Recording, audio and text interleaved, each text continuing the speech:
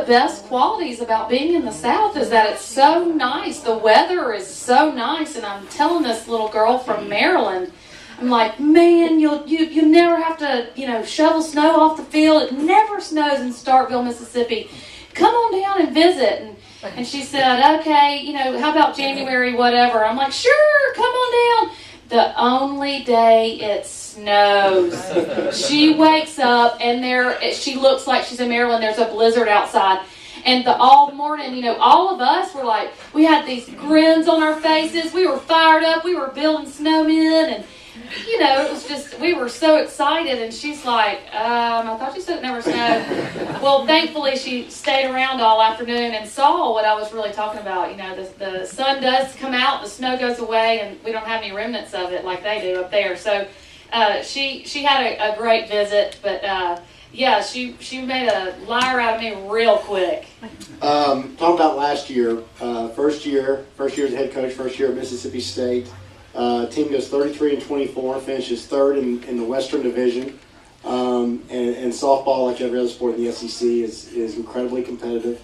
And make it to the NCAA tournament, go out to Oregon for the NCAA regional out there. That team got hot about mid-April on. You had a string of games. You won a bunch in a row. What are your memories from that first season, and what did you learn going through that first season as head coach?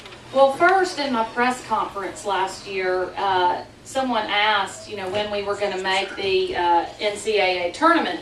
And my brother, who, he's knows it all, but he told me, he had this worried look on my face, and I on his face, and I said, there's no reason that we shouldn't be competing in the NCAA tournament this year. Well, after the press conference, he's like, I can't believe you said this year. And I said, you wait and see. We'll be in the NCAA tournament. So we worked hard for that. And, we had a tough March comparatively in the scheduling of the SEC opponents. We had everybody in the top 10 in March, and I knew it was pivotal, thank you, pivotal to stress that we needed to stick with it and keep fighting and keep grinding and working hard. And we went out to the Boy Scout little place about 10 miles off campus, and we got in a canoe. We started rowing the canoe, and we used that as symbolized that the lake season was going to be our season. We all needed to get in this canoe together, and we needed to be paddling together to achieve a strong finish. And we ended up having the best April in school history. So it led us in. We were able to finish strong and lead us into the postseason. And really proud of the way that these girls worked and the contributions from the seniors that I only got to coach for one season, and the commitment from Coach Reach and Coach Mullins, our assistants, that just really bought in and helped me teach these girls that just because it didn't go our way at the beginning, it's how you finish that matters. And we put a strong foot forward, and we made some great strides to close out the season last year. You had two seniors in that lineup last year that really, especially toward the end of the year, came through offensively. Keely Smith and Brittany Bell. Brittany Bell made huge strides last year and really became a great competitor in the middle of that order. And they're not back. You have 14 letter winners back, but you lose those two. Got a few newcomers sprinkled in there. You got 3 transfers, 2 from the University of Georgia, Julie Eccles and Allison Owen, and then you just, I guess this week or last week announced a transfer from the University of North Carolina, Logan Folks. So how do you replace the kids you lost and sprinkle these newcomers in, and what are you looking for this year? Well, Brittany Bell really did end up being just a fantastic competitor for us. One of my favorite stories about her last year was the very first game of the season. She hits the very first grand slam to win our first game of the year when we were down 2-1 with 2 outs and 2 strikes on her. And she was just a soldier like that all year. And, it's really hard to replace somebody like that. She was a 5th-year senior, so she had that one extra year on everybody.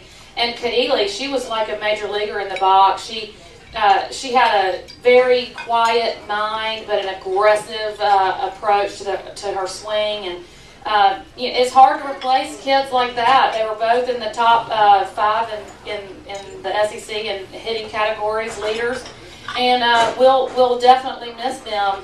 But very excited about these 3 new additions, the transfers. Logan Foltz she's transferring in from the University of North Carolina, and she's a career 305 hitter.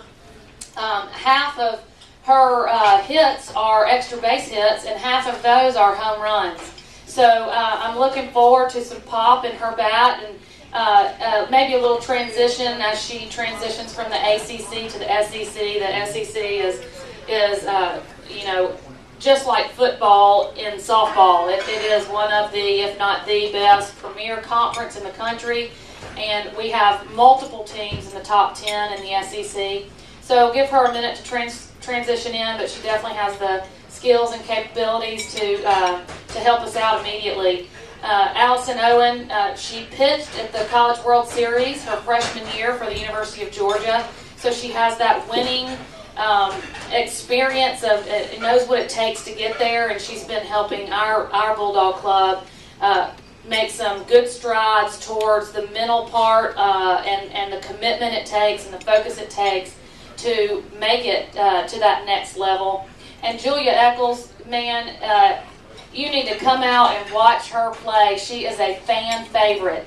She plays every pitch like it is the last play of the World Series. She plays like a 5-year-old out in the driveway, like back when you loved it, and she plays like that every pitch, and she's just an inspiration to all of us and fires everybody up, and I can't say enough about the 3 new additions. I'm excited about them. Can't wait to see them February 7th when we start off here in Starkville. You got time to stay with us through the break and do one little segment with us after that? Absolutely. Great. It's hard to say no to the boss, isn't it? Absolutely. Absolutely. We're at Harvey's. This is a great place to be before and after the game. Casual dining at its best since 1982. They have chef and bar specials